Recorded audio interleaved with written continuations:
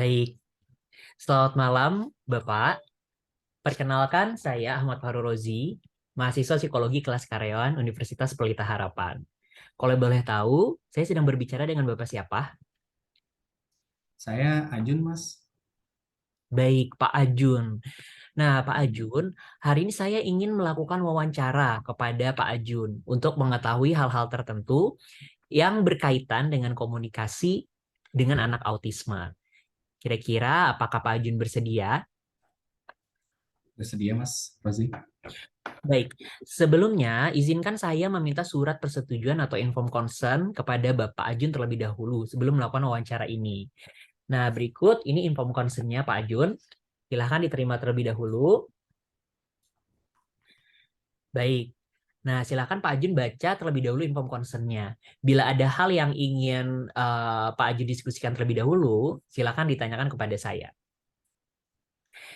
Nah, dari inform consent tersebut, adakah hal-hal yang ingin Pak Ajun tanyakan kepada saya? Sepertinya di Inform Consent sudah cukup jelas, Mas, yang dijelaskan di Inform Consent.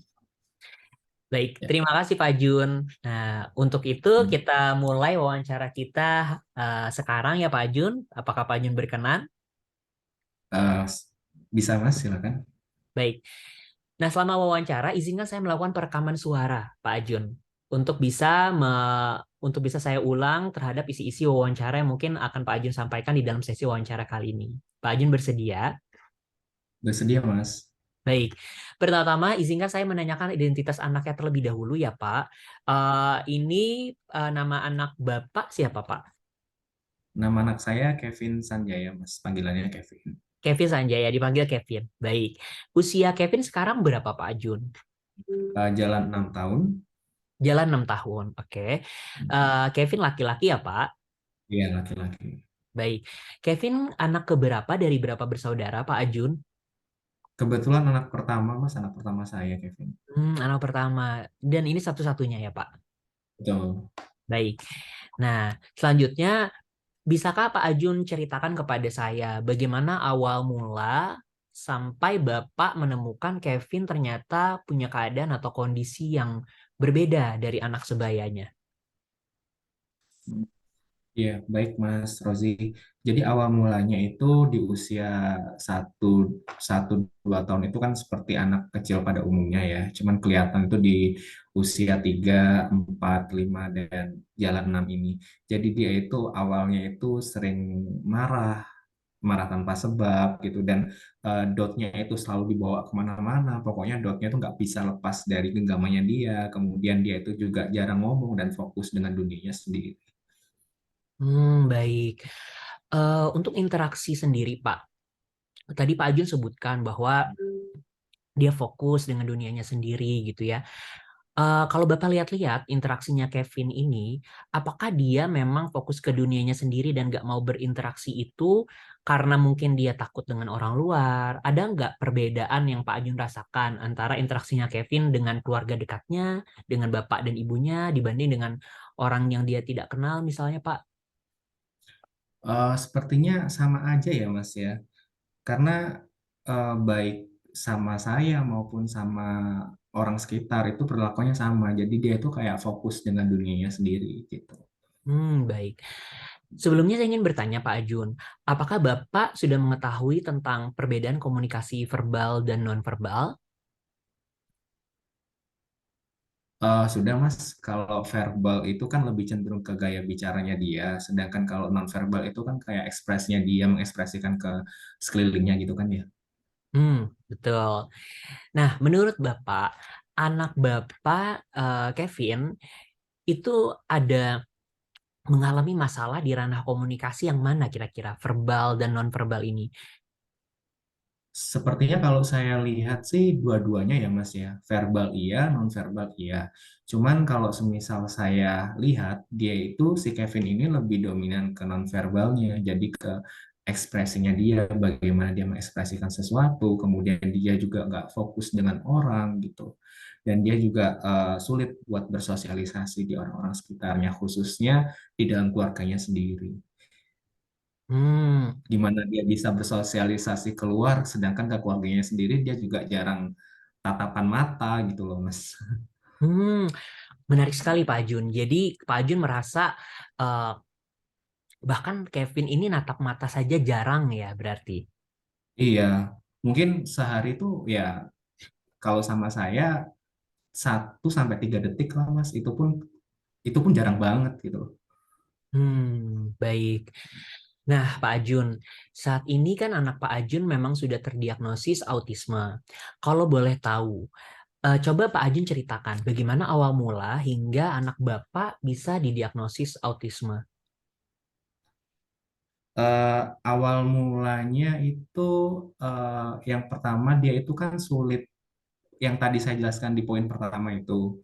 Kemudian saya bawa ke dokter tumbuh kembang anak. Jadi dokter tersebut menjelaskan bahwasanya kalau anak saya menderita autisme gitu.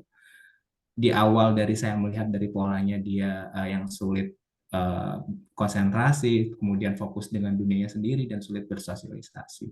Saya melihatnya itu gejalanya di usia jalan ke 6 tahun sekarang. Baik. Saya bawa ke dokter. Dari dokter tersebut, Pak Ajun, beliau menyarankan apa saja yang mungkin bisa Bapak lakukan untuk melakukan terapi kepada Kevin, Pak?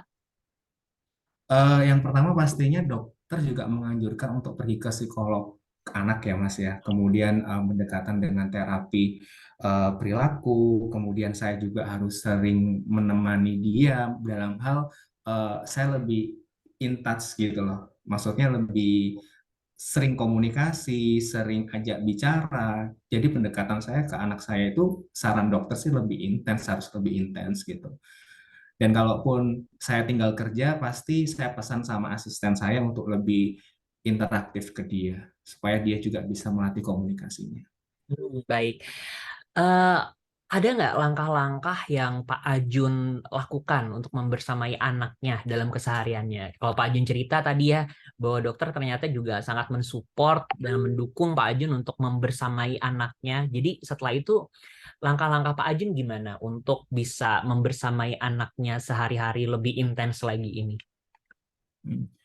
Mungkin salah satunya kalau yang saya lakukan itu adalah setiap dia mau tidur, pasti saya ajak cerita, saya berikan dongeng singkat. Kemudian setiap sebelum saya berangkat kerja, saya juga menemani dia makan gitu kan. Dan waktu di kantor pun, saat saya di kantor, saya sempatkan untuk video call dia, gitu, ajak komunikasi dia. Mungkin pendekatan langkah-langkah yang saya berikan ya dari saran-saran dokter tersebut sih Mas. Jadi pendekatan saya lebih interaktif ke anak saya. Baik, Pak Ajun. Saya rasa seluruh jawaban Pak Ajun sudah menggambarkan sekali hal-hal yang ingin saya gali dari wawancara kita malam ini. Dari bagaimana komunikasi verbal dan nonverbal yang terganggu pada anak dengan autisme, proses bagaimana terdiagnosisnya, hingga bagaimana penanganan yang telah Pak Ajun berikan kepada Kevin, anaknya. Oh iya, dari wawancara kita malam ini, apakah mungkin ada hal yang ingin Pak Ajun tanyakan terlebih dahulu kepada saya atau diskusikan kepada saya? Sepertinya nggak ada sih Mas, mungkin nanti bisa dibantu kan Mas Roji juga sebagai sarjana psikologi ya Mas ya. Mungkin nanti bisa dibantu saya untuk saran-sarannya mungkin atau ke psikolog yang menurut Mas Roji ada referensi dari Mas Roji sendiri. Saya boleh minta Baik. kartu namanya nanti ya Mas? Siap. Terima kasih Pak Oke. Ajun atas partisipasinya pada wawancara malam ini. Saya sangat mengapresiasinya sekali. Semoga silaturahmi kita tetap terjalin setelahnya ya Pak. Berikut kartu nama Iya. saya, Pak Ajun. Jika Pak Oh iya Ajun Mas. waktu-waktu ada hal yang ingin ditanyakan, silakan langsung berkontak dengan saya. Oh iya baik Mas Rozi. Ya, Baik. terima kasih Mas Rozi. Terima kasih Pak Ajun. Selamat malam Pak Ya, Ajun. selamat malam.